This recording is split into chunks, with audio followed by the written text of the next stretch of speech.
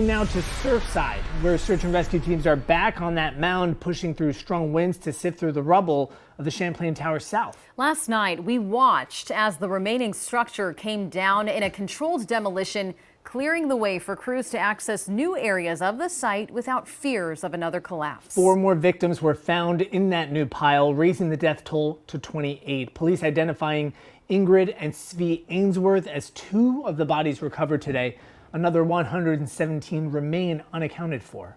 Crews have removed nearly 5 million pounds of concrete in just 12 days. And the chance of finding survivors is narrowing. Local 10's Terrell Fournay is live with new hope, though, in the wake of that demolition. People with loved ones missing in that debris still have hope for a miracle, that there will be survivors found in that rubble.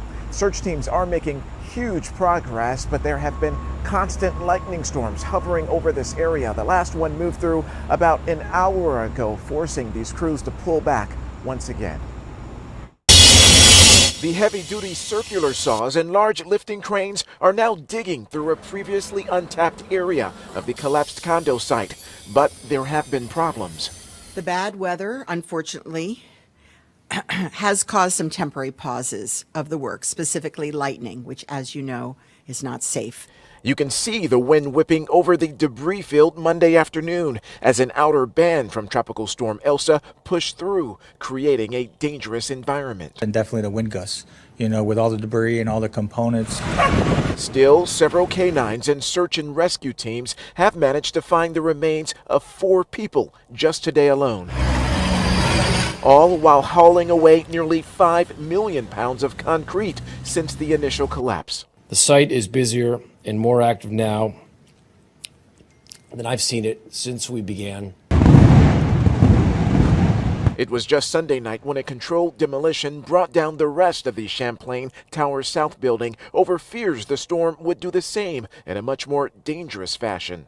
So I think it was a good effort. I think it was the right thing to do, and I think it will help us move forward unimpeded. We're told families of the missing understand the painful decision to demolish the structure, but it wasn't easy for people like Ashley Dean, whose sister, Cassandra Stanton, is still missing in the rubble. It was a haunting feeling to know that it was happening or to hear it. So I changed hotels and moved a bit away.